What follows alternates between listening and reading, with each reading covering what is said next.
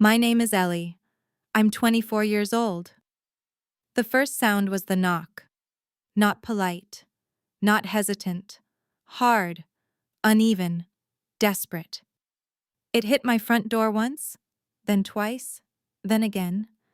Like whoever stood outside had already run out of better options and decided urgency might do what love never could. Rain streaked down the frosted glass beside the frame. The porch light threw two blurred shadows across it. Too close together. Too still. Bent at the shoulders in ways I did not remember and somehow recognized anyway. I was standing at my stove in an old Ohio State sweatshirt, socks sliding against the kitchen tile, tomato soup simmering low in a dented red pot. The spoon was still in my hand when the second round came, louder this time, sharper. Not a stranger's knock, not a delivery, not a neighbor who forgot their key, as a memory passed through me before the thought did. A hallway, a backpack, a black trash bag leaning against a wall, a child trying to understand why the air in her own house had changed. I set the spoon down carefully. That is the thing about old fear. It teaches your body manners. The townhouse was small, warm, and quiet in the ways I had taught myself to love. Soft yellow light over the sink, a faded blue rug by the door, my keys in the ceramic bowl beside the mail slot. The deed packet from 3 months ago still tucked in a drawer by the fridge because some part of me still liked opening it and seeing my own name on something nobody could take back. The knock came again. I walked to the door and looked through the side glass. My mother stood there in a rain-dark coat that sagged at the shoulders, a one hand tight around the strap of an overstuffed purse. Beside her was my father, thinner than I remembered, jaw shadowed with gray stubble, shoulders rounded as if life had finally started collecting on all the silences he used to hide inside. The porch light washed them pale, smaller, tired, human in a way they had never allowed me to be. 14 years ago, they had turned their backs on me when I was 10 years old. Now they were standing at my door. For 1 second, my hand stayed on the deadbolt, and I just listened to the rain ticking against the railing outside. Not because I was deciding whether to forgive them. That part had died a long time ago. I was deciding how much of my peace I was willing to spend on opening the door. I unlocked it, kept the chain on, opened it just enough to see them clearly. My mother leaned toward the gap first. Ellie. She said my name like it had been sitting safely on a shelf all these years, untouched, available, waiting. My father tried a smile that failed halfway up. Hi, kid. Kid. I almost laughed. At 10, I had been old enough to understand rejection. At 24, I was too old to let him sand it down with one soft little word.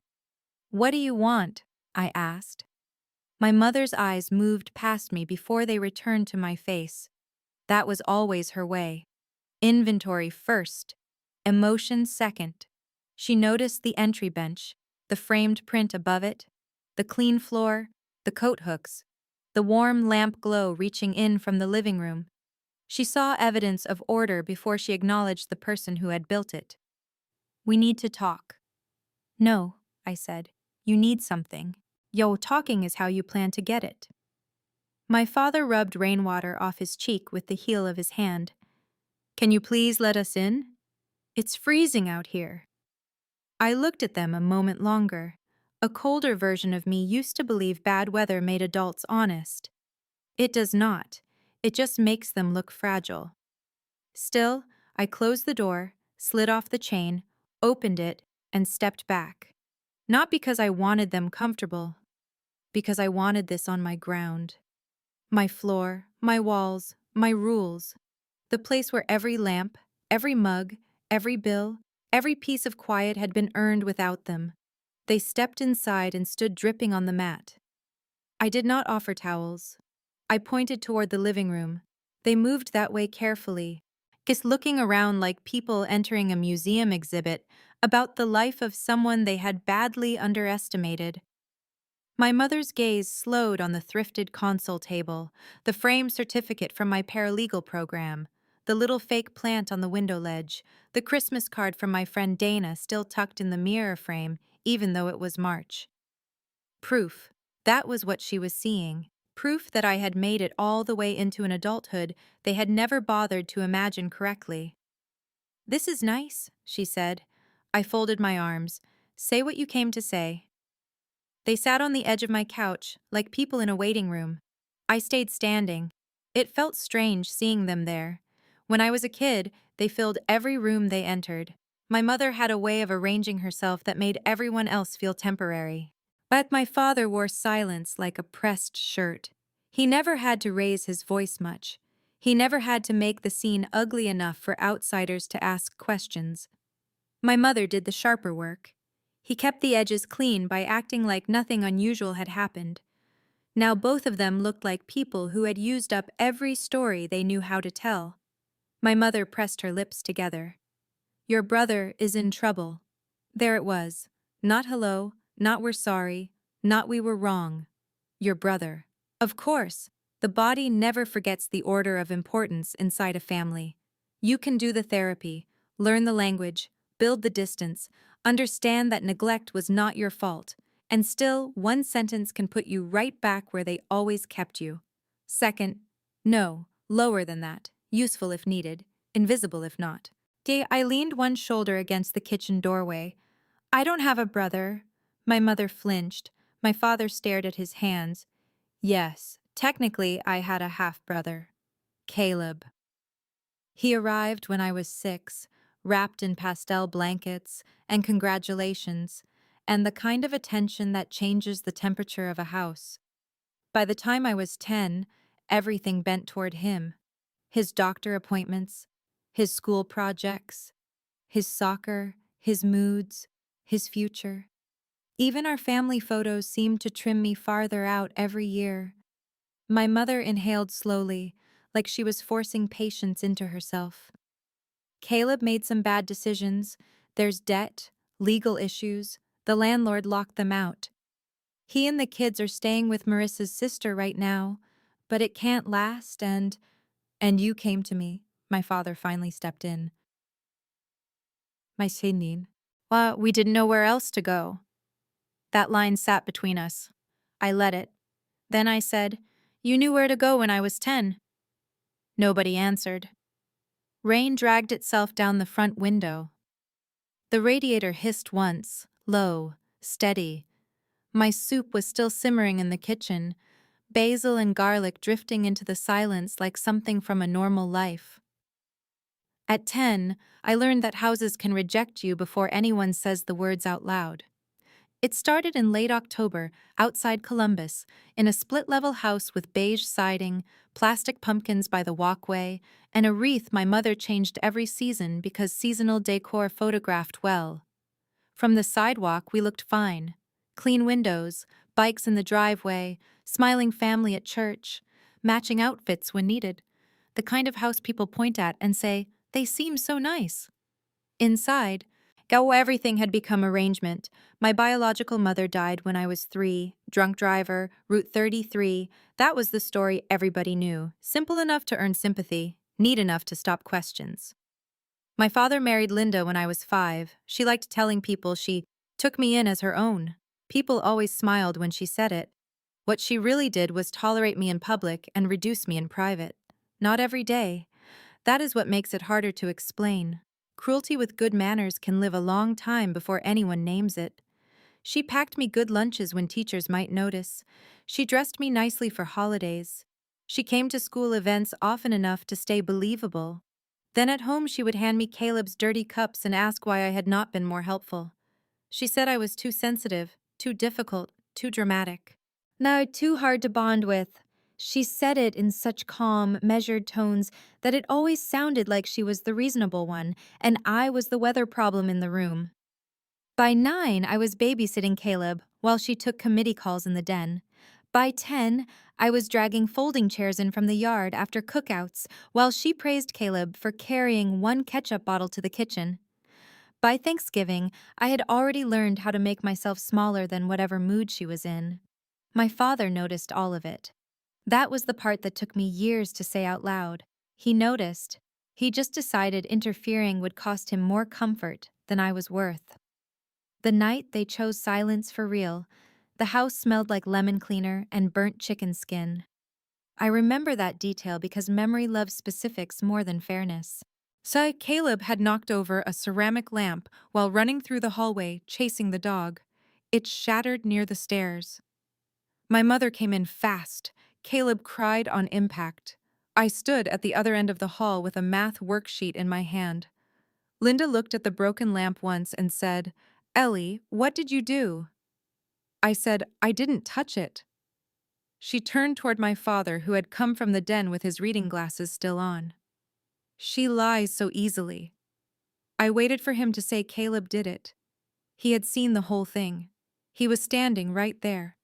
Instead, he sighed, already tired, and said, "Ellie, just apologize." I stared at him. There are moments that divide childhood into before and after. That was one of mine, because it was not about the lamp. But it was about watching the adult who knew the truth choose convenience over me while looking straight at me. I said, "But I didn't." My mother's mouth tightened. "Go to your room." I went. Not because I agreed. Because 10-year-old girls still think obedience might fix what love should have fixed first. That winter got worse, not louder, cleaner. My birthday in January turned into a grocery store sheet cake after Caleb's basketball practice. Plastic forks, half attention, Linda answering texts between bites. My school choir concert came and went with one empty seat where my father had promised to be. Later, he blamed traffic. He had forgotten. I knew because I could hear Caleb asking for drive-through in the background while Dad was stuck. Then came March, the month they finally did it. And I came home from school and saw my clothes stuffed into black trash bags by the front hall closet. Not packed, stuffed. My backpack on top. My pink blanket folded wrong. The rabbit my grandmother had sewn for me hanging half out by one ear. Linda was in the kitchen writing something on a notepad. My father stood at the counter. For one stupid second, I thought maybe we were moving. Kids are generous that way. We hand adults better explanations than they deserve. "What's this?" I asked. Linda did not look up. "You're going to stay with Aunt June for a while." A while. One of the ugliest phrases adults use around children. It means the speaker wants all the flexibility and none of the blame. I looked at my father. He did not meet my eyes. "Why?" Linda clicked her pen shut and finally turned. Things have been difficult in this house." I remember the hum of the refrigerator. I remember my shoes squeaking faintly on the kitchen floor. I remember Caleb laughing upstairs. I remember the dish soap smell still on my hands from washing paint off in art class. "What did I do?" I asked. Linda let out a slow breath like I was making things harder than they had to be. "You bring tension into every room, Ellie. June has more patience for your emotional needs." My father finally spoke. "It's temporary." I asked, "How long?" He said, "We'll see." There it was. No date, no promise, no plan that included my return. Just adults rearranging me like a chair that no longer fit the room. If you've ever had someone do that to you, make your whole existence sound like a household adjustment instead of a wound. Then you already know the kind of silence that comes next. And I'm telling you now, the truth never sounds dramatic in the moment, it sounds administrative. That's how it hides. Aunt June lived 40 minutes away in a tired ranch house with brown carpet and a sagging porch. She smoked outside because, as she put it, kids deserved at least one clean room in a house, if that was all you could manage. She was my father's older sister. Divorced, worked nights at a nursing home, bought generic cereal and clearance socks, and called everyone honey when she was too tired to reach for names. She was not warm in the polished movie version of love. She was better. She was real. When my father dropped me there with 2 trash bags and my backpack, June looked at the bags, then at him, then at me. "How long?" she asked. He gave the same answer. Just until things settle." June crossed her arms. What exactly is unsettled? She's 10. He started saying words like adjustment and strain and best for everyone. June cut him off by taking one of the bags out of his hand and saying, "Go on then, I've got her." He left in under 2 minutes. No hug, no kneeling down, no, "I'll call tonight," no, "I'm sorry." His taillights disappeared down June's street while I stood there with my whole life in trash bags and tried not to cry, because crying in front of the adults transferring you around feels too much like signing the form that says, "Yes, I am the burden you described." That was the day my parents turned their backs on me. Everything after that was confirmation. June put me in the small back bedroom beside the washer and dryer. The mattress dipped in the middle. The curtains were yellow at the edges. A lighthouse poster hung on the wall because the room had once belonged to some other relative passing through a bad season. She washed my blanket, bought me a toothbrush, took me to school the next morning in scrubs and house shoes because she had overslept after a double shift. She did not ask me to be grateful. That saved me. Forced gratitude feels too much like rent for children who have already been displaced.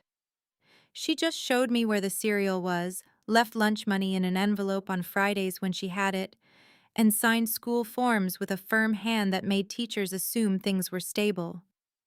They were not, but they were survivable. At first my parents called every Sunday, then every other Sunday, then whenever convenient. Linda always asked if I was doing better.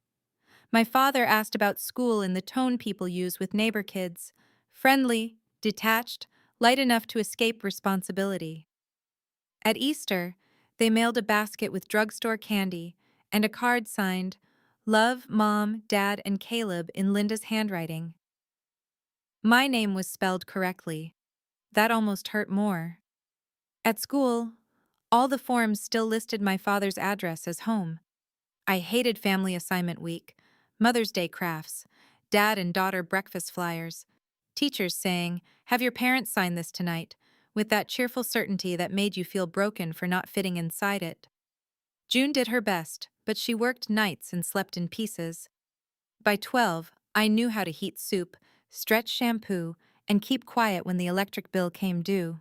And I knew which Kroger stickers meant dinner might cost under $10.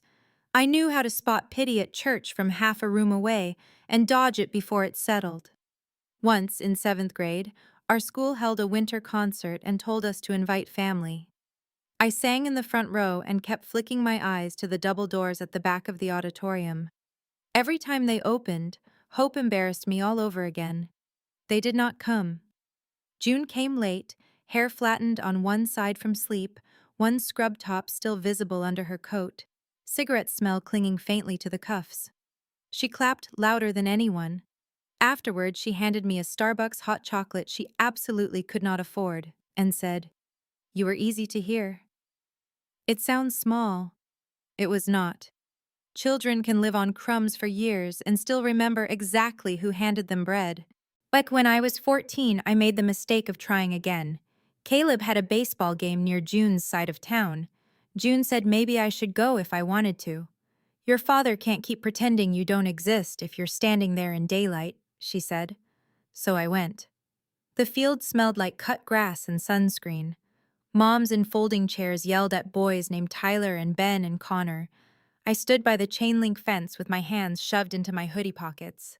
I saw my father first, laughing with another dad, then Linda in white capris and a visor, then Caleb pitching like the whole field belonged to him. I waited until the inning break and walked over. My father looked stunned for 1 second, then guilty, then careful. "Ellie, hey." Linda's eyes swept over me fast, my discount store jeans, my cheap sneakers. At the haircut I had learned not to hate because salons cost money. "You should have told us you were coming," she said. Not, "I'm glad to see you." Not, "You look taller. You should have told us." I said, "I texted Dad last week." My father patted his pocket like phones were strange little miracles that happened to him by accident. "Must have missed it." Caleb walked over, taller now, flushed from the game, and looked at me like I was some adult from church he vaguely recognized, but did not particularly care about. That part almost was not his fault. Kids learn the family map they are given. Linda touched his shoulder. Go get water, honey. Then to me, softer and sharper all at once. This isn't really the place. I said, I just wanted to see you. She gave me one of those smiles made entirely for witnesses. We're very busy today, my father added. Maybe another time. I remember the crack of a bat on the next field. I remember somebody opening a folding chair. I remember the smell of sun-warmed dirt. And I remember realizing, with the kind of clarity that ages you, that this was the second time they were doing it, and this time I was old enough to understand it fully. On the bus ride back, my reflection in the window looked older than 14. There's a kind of loneliness that does not cry anymore. It just gets organized. By 16, I was bagging produce after school and collecting carts in sleet outside a grocery store. By 17, I had a part-time file job at a small law office because one of June's church friends knew a receptionist whose cousin needed a reliable kid. That job changed my life. Not because it was glamorous, because it smelled like paper, printer toner, stale coffee, and people trying to turn pain into language the court would recognize. Because legal forms do not care who was favored in your family. Because names on documents matter. Because I learned, quietly, that people often hide their worst behavior behind very tidy wording. The first attorney who ever talked to me like I had a future was a woman named Regina Hart, mid-50s, navy suits, no patience for excuses. She once corrected a partner's grammar in the middle of a meeting without even raising her voice. I adored her with the hunger of somebody who had grown up around adults who either failed her or resented her for needing them. One evening, I was staying late alphabetizing probate files when she asked what my plan was after graduation. I said, probably work full-time. She looked over her glasses and said, that was not the question. I swallowed and said, maybe community college. She nodded once. Good. Go somewhere that teaches you to read the language people hide behind. At the time, I thought she meant law. Years later, I realized she meant family too. Around then, the truth started opening. Not all at once, in pieces. Ugly truths usually do not arrive like thunder, they seep in. The first piece came from June. I was 18, fresh off high school graduation, still wearing that weird floating feeling that comes after you survive something long enough to have a ceremony about it. It was humid. Ohio summer, everyone sticky in dress clothes pretending that was normal. June had cried when I walked across the stage.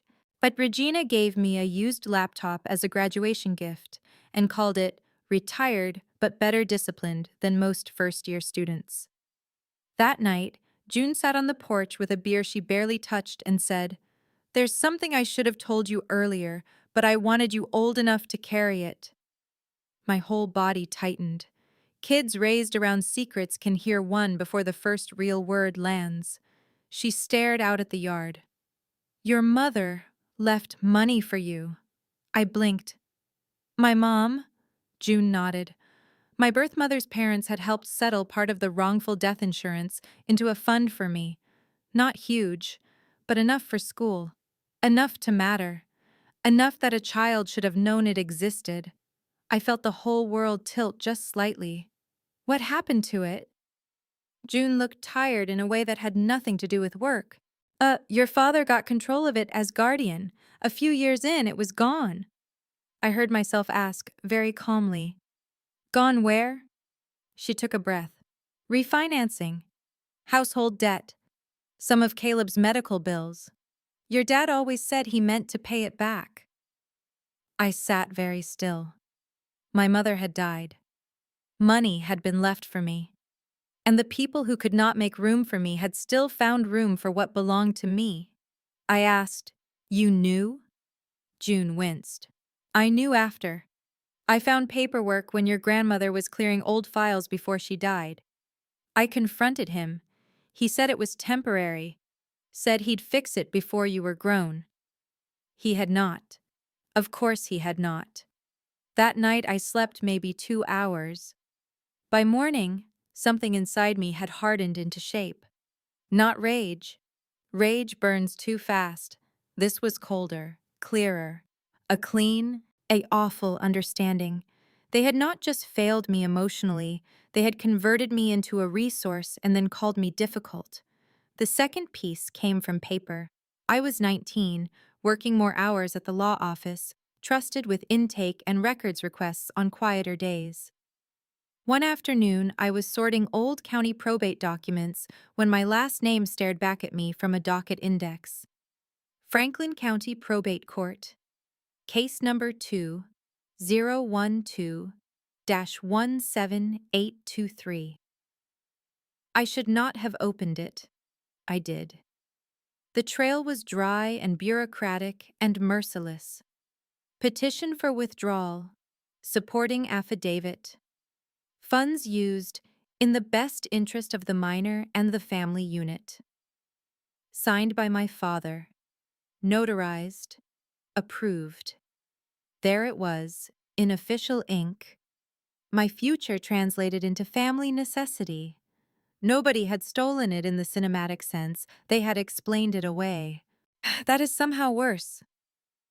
I copied the file number onto a sticky note and finished my shift. Then I sat in my car in the parking lot while rain tapped the windshield and strip mall lights flickered on, one by one. A person can survive almost anything except being made unreal in official language. That evening, Regina found me still at my desk and asked why I looked like I had seen a ghost. I said, "What do you do when the paperwork says they were allowed to hurt you?" She did not answer right away. Then she pulled a chair across from me and said, "You learn the difference between legal and right. Then you build your life so they never get a second turn." That line stayed with me. So did she. After that, I stopped reaching for my parents completely. No more birthday texts. No more Christmas cards. No more trying. I worked. I studied, took buses, learned filing deadlines and lease terms and how to stretch $20 to Sunday. I spent one miserable summer at the DMV helping process title packets while strangers screamed about signatures and missing documents. It was awful. It was honest. Systems were clumsy, but they admitted they were systems. Families will call themselves love while operating exactly like power. At 21, I became a certified paralegal.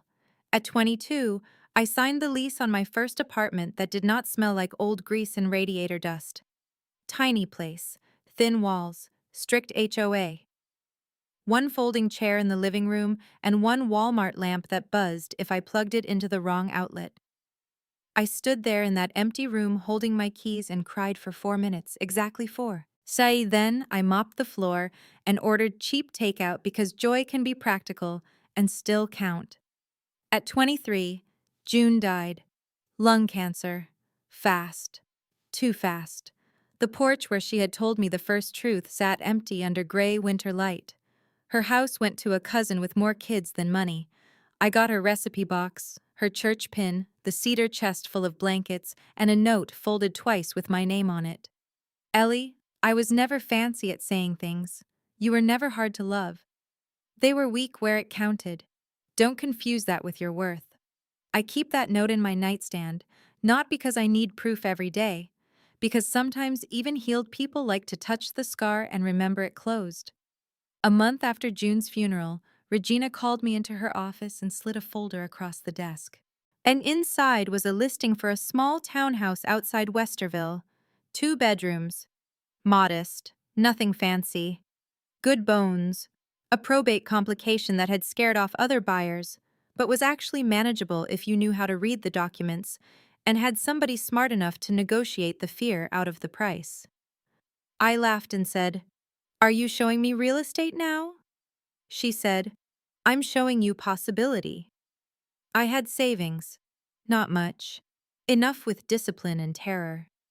Regina knew a loan officer, knew how to read the seller's desperation, knew the paperwork was routine beneath the ugly formatting. She spent lunch hours walking me through disclosures like I was the daughter nobody had technically assigned her to be. 3 months later, I signed. At the county clerk's office, I held the stamped deed copy so carefully you would have thought it was breathing. My name, my address, mine. The first night in this house, I sat on the floor by the front door and listened to the silence. Not the lonely kind, not the waiting kind, the kind that belongs to a locked deadbolt, paid utilities, a fridge you stocked yourself, and walls that do not expect you to leave to make room for somebody more wanted. And now my parents were sitting inside that house asking for help. My mother clasped her purse tighter. "You don't understand how bad this is." I almost smiled. No, she did not get to use that sentence on me. I understand exactly how bad it is when adults wait until a crisis to remember family. My father leaned forward. "Caleb's got creditors coming after him. One loan turned into 3. There are unpaid taxes. Marissa left. Now there's a custody issue, and we've been helping with the kids, but our own apartment situation is collapsing too. We thought maybe—" His eyes moved down the hall. "You have space." I followed his glance to the second bedroom. My office, my desk, June's cedar chest, Regina's old trial manuals, the treadmill I used maybe once a week if guilt got loud enough. My peace? They saw an extra room. People like them always confuse available square footage with moral obligation. My mother added carefully, "Only for a little while." I let those words sit between us. Then I said, "You sent me away for a little while when I was 10. Her face hardened. "That was different."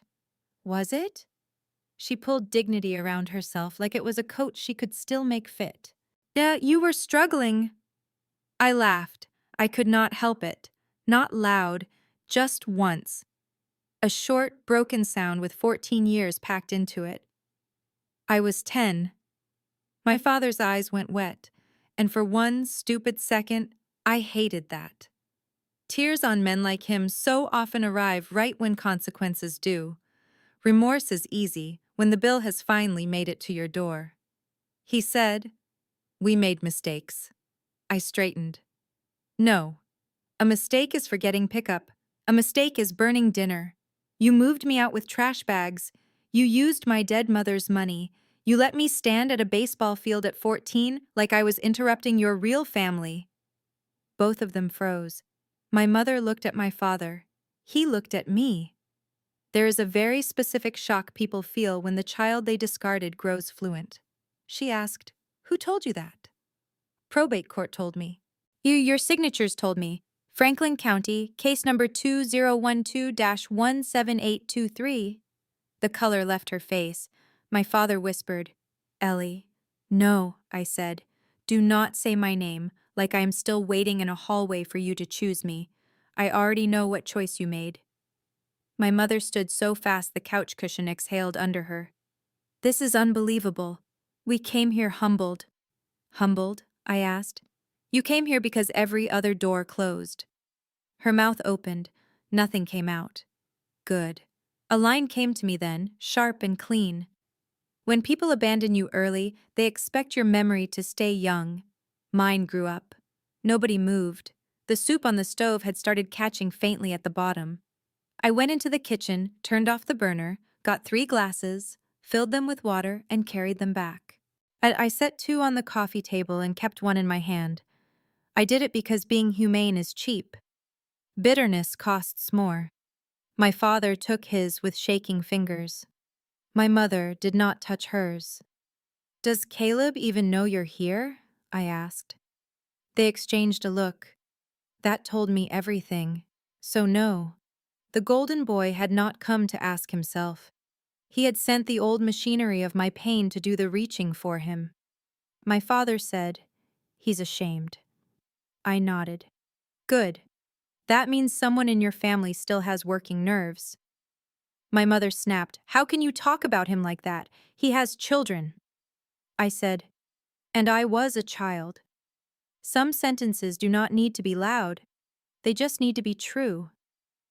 For the first time that night, my father looked directly at me. Not around me. Not through me. At me. We were overwhelmed, he said. I shook my head. You were selective. He swallowed. My mother sat down again, slower now. He was sick a lot, she said, meaning Caleb. I know. We were drowning. I know. You always made things harder. There it was, the old architecture, the old design of the house. I almost admired how quickly she returned to it. I asked, how? She blinked. You were emotional. I gave her a smile with no warmth in it. Children usually are, especially when their parents send them away. She looked toward the window. The rain had thinned into a silver mist under the porch light. Regina once told me, while we were reading a custody affidavit full of polite lies, people who wronged you love words like pressure, stress, confusion, words that fog the hallway.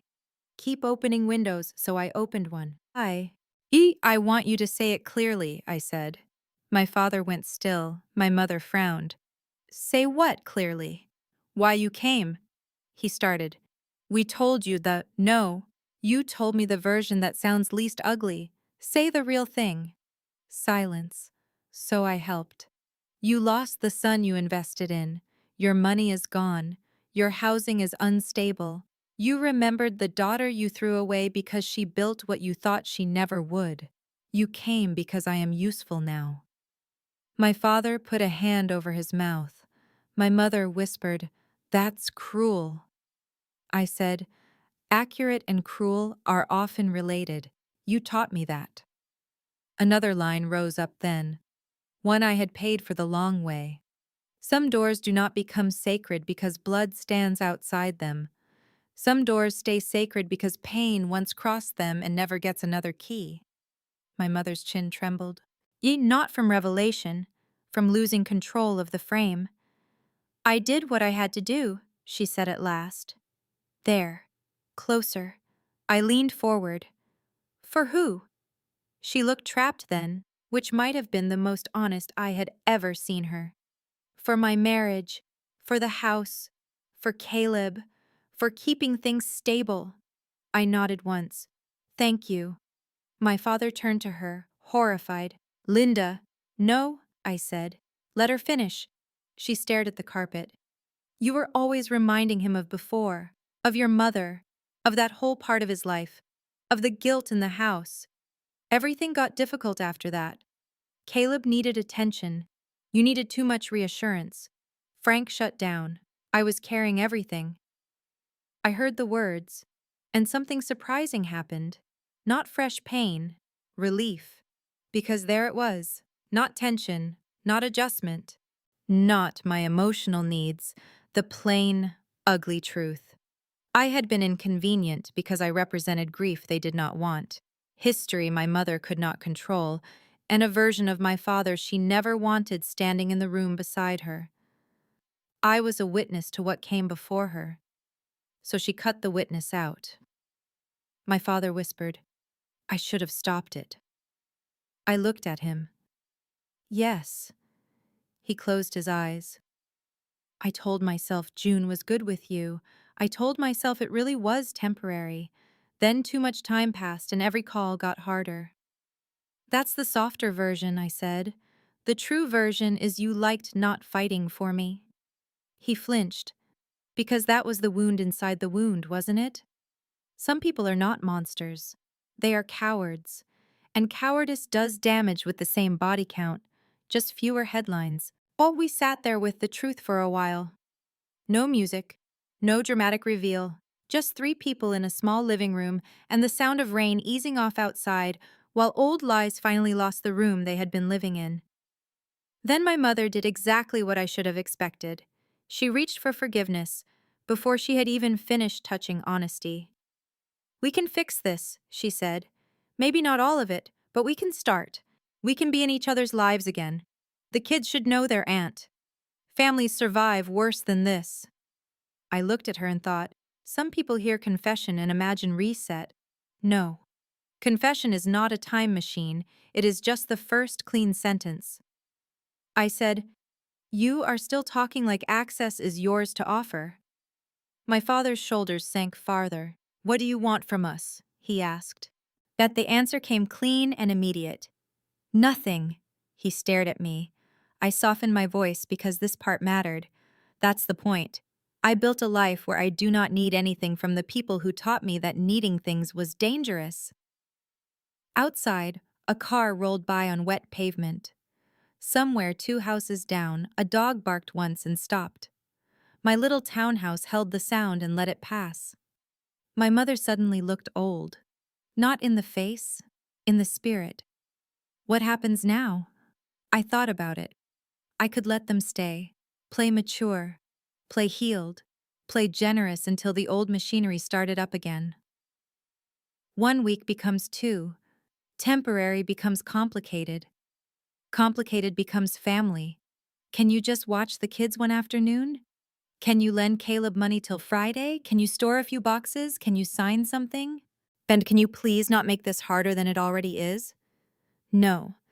I had already lived inside just until things settle. It eats children whole. So I stood, walked to the entry table, opened the drawer, pulled out a notepad and pen, and wrote down 3 numbers.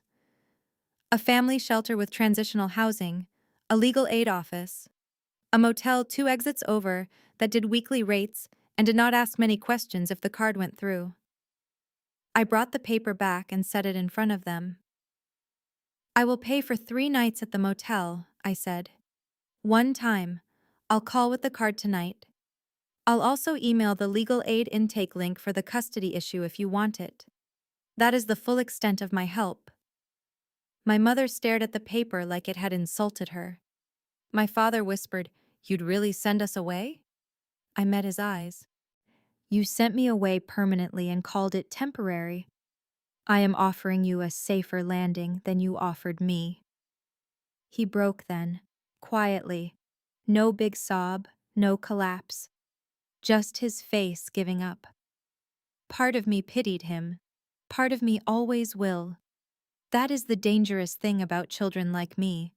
We often turn into adults with too much mercy. We know suffering by texture. We can identify it from across a room. We see the crack in somebody and instinctively want to brace it. But mercy without boundaries is how old wounds stay employed. So I stayed where I was. My mother picked up the paper. "You'd let strangers help us before your own family?" I said, "Those strangers have better ethics." She stood. "So this is punishment?" "No," I said. "Punishment would be me pretending you matter enough to ruin my life twice." That landed. My father rose more slowly. He looked around the room one last time. At the bookshelf, the lamp, June's recipe box on the side table, the framed photo from closing day near the hall, where you can just see the edge of Regina's sleeve at one side, because she insisted somebody should witness the moment, even if she hated having her picture taken. His eyes stopped there. "Who helped you do all this?" he asked. I thought of June, Regina, Dana from work, who brought soup when I had the flu. Mr. Alvarez next door, who showed me how to shut off the outside spigot before the first freeze. People who did not share my blood, and still shared their effort. "The people you underestimated," I said. That was the deepest turn in the whole story. They spent years believing survival belonged to them, that I would either fail without the family machine or come back one day grateful for scraps. Instead, the person they sidelined became stable because other people chose decency over convenience. Love reached me. It just did not come through them. At the door, my mother turned one last time. "There are people who cannot leave without attempting one final rewrite." She said, "I always thought one day you'd understand." I opened the door. Cold air slid through the hallway. Then I answered, "I do understand. Better than you wanted." My father stepped onto the porch first. My mother followed. Rain misted under the light. They looked like people arriving at the end of a story they had never actually bothered to read. Before I closed the door, I gave them the last truth in a voice so calm it surprised even me. You stopped being my home when I was 10. 14 years later, you do not get to knock like strangers and call it family. My mother lowered her eyes. My father tried to say my name again. I closed the door before he finished it. Then there was silence. Not empty. Mine. I locked the deadbolt, turned off the porch light, stood in the narrow hallway, and let my breathing settle while the rain softened outside into something almost gentle. I did not collapse. I did not second-guess myself. I did not run to the window. I walked back to the kitchen, reheated the soup, and ate standing at the counter with a spoon that had gone cold twice that night and still worked fine. Basil, garlic, salt. Real food in a real house. The ordinary dignity of a life that no longer begged to be chosen. Later, after I washed the bowl, as I took June's note out of the nightstand and read it once under the warm pool of lamplight beside my bed. You were never hard to love. I put it back carefully. Then I opened my laptop and paid for the motel room. Exactly what I promised. 3 nights, not one more. I sent the legal aid link. Nothing else. No extra softness wrapped around it. No hidden invitation. No sentence they could later use as a hallway. Boundaries do not need a speech every time. Sometimes they need a receipt. I slept better than I expected. In the morning, sunlight came clean through the blinds. My phone had one text from an unknown number. Thank you. Dad. That was all. I looked at it for a long time. Then I archived it. Not because I was erasing the moment, because not every final word needs an answer. A week passed, then another. Yet Dana came over one Friday night with grocery store tulips and aggressively bad opinions about a true crime podcast. I told her enough, not all of it, just enough. She sat on my couch with her shoes kicked off and listened the way good friends do, without rearranging the facts to make them easier to digest. Then she said, I'm proud of you for not confusing compassion with access. That line stayed too. I wrote it on a sticky note later and tucked it into June's recipe box. At work, a new client cried in the conference room because her sister had forged a signature on a property transfer and now wanted family grace. I handed her tissues and walked her through the affidavit process in a steady voice. And somewhere in the middle of explaining deadlines and filing windows, I realized something. I was no longer talking about survival from theory. I knew the map. Not because I had won in some dramatic movie way, because I had stayed with myself. That is a quieter victory than people usually celebrate, but it changes everything. And let me ask you something here, because maybe you've lived some version of this too. Have you ever had someone come back only after your life looked useful to them? After the damage? After the silence? After the years they let pass because reaching sooner would have required honesty? If you have, then you know exactly why the next part mattered more than it looked. December came. Christmas lights started showing up across the subdivision. The HOA emails got passive-aggressive about wreath dimensions. I stood on my porch hanging a simple strand of warm white lights along the railing, while kids rode scooters in puffy coats, and somebody on the block burned a cinnamon candle hard enough to make the whole street smell like a department store trying too hard. Mr. Alvarez waved from his driveway. I waved back. Then I looked at my front door, the same door they had knocked on, the same door I had opened on my terms. Wood, brass, solid frame. A boundary can be beautiful when you built it yourself. I used to think healing would feel like softness returning. Sometimes it does. Sometimes it feels like not flinching when the past learns your address. A thought came to me while the lights tangled around my wrist. The child they left behind still lives in me. She just does not answer the door alone anymore. That girl with the backpack and the hallway and the trash bags is still here. So is the teenager by the chain-link fence, the student on the bus, the girl in the parking lot with a probate number on a sticky note, the young woman at the clerk's office holding a deed copy like it was oxygen. But now they all stand inside a house of their own. And when somebody knocks carrying old entitlement in their hand, we decide together whether peace is worth spending. That night I made grilled cheese and tomato soup again because routines start becoming rituals once you survive enough to choose them. I sat on the couch with one of June's blankets over my legs and listened to the rain come back softer than before. For one brief second, I imagined two older figures in bad weather, wondered whether the motel room smelled clean enough, wondered whether my father's back hurt, wondered whether my mother slept at all. Compassion rose. I let it. Then I let it stop where it needed to stop. You can care that someone is cold and still refuse to hand them your house. That is not cruelty. That is wisdom, earned the expensive way. I turned off the TV, checked the lock, set my mug in the sink. The hallway light threw a warm stripe across the floorboards leading to my bedroom. No shouting, no rearranging, no one asking me to disappear for the sake of peace. Just my life. Quiet, chosen, whole. And that is the part people misunderstand about stories like mine.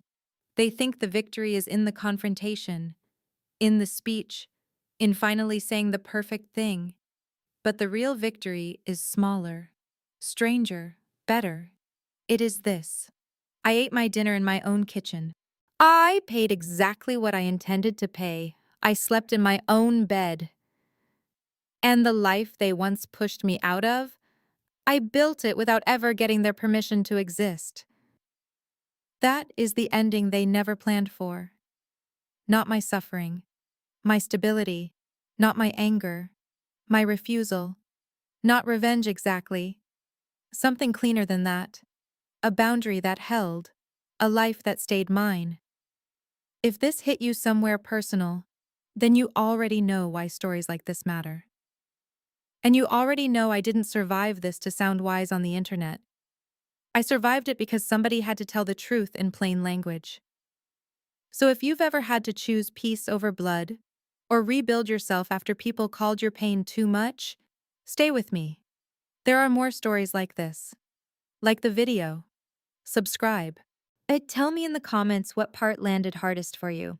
Because sometimes the most human thing we can do for each other is say this out loud. That happened to me too, and no, you were never hard to love, ever.